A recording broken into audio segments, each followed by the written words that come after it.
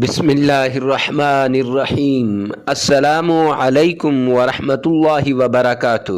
Imran Islamic studio کے معزز خواتین و حضرات، امید کرتے ہیں کہ آپ خیریت، عافیت اور سلامتی کے ساتھ ہوں گے۔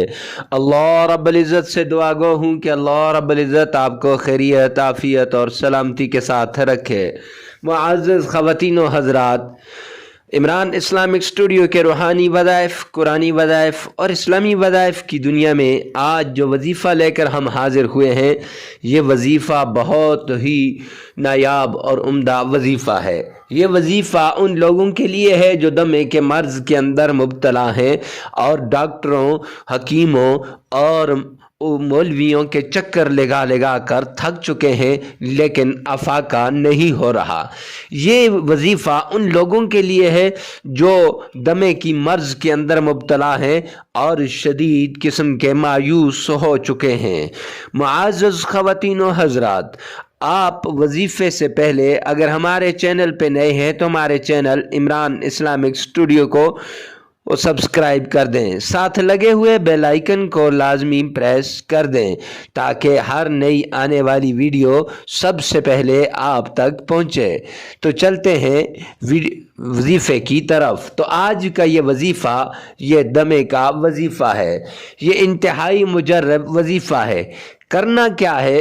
دمہ ہوتا کیا ہے؟ یہ کھانسی کی ایک شکل ہوتی ہے اور اس میں احتیاطی تدابیریں کر لی جائیں تو بچت ہو سکتی ہے۔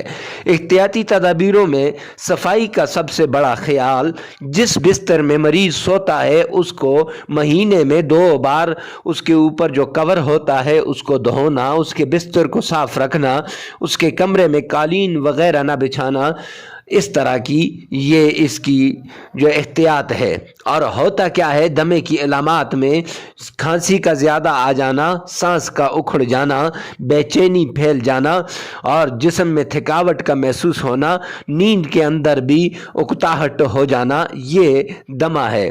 تو اب دمے کے لیے آپ نے کرنا کچھ یوں ہے۔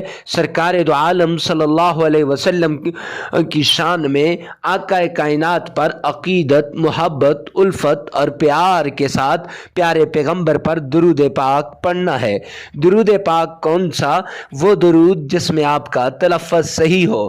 پڑھنا کچھ یوں ہے گویا آپ روضہ رسول کی جالی کے سامنے کھڑے ہیں، گویا آپ روضہ رسول پر کھڑے ہو کر، پیارے پیغمبر کے سامنے کھڑے ہو کر آپ جو ہے نبی پاک صلی اللہ علیہ وسلم پر درود بھیج رہے ہیں۔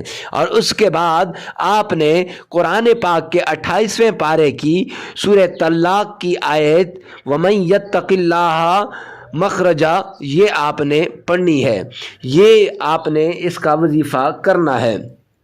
تو معزز خواتین و حضرات، اس کے ساتھ آپ نے سورہ اخلاص، اس کو آپ نے پڑھنا ہے، سورہ اخلاص، اور یہ آیت آپ نے 100 بار پڑھنی ہے۔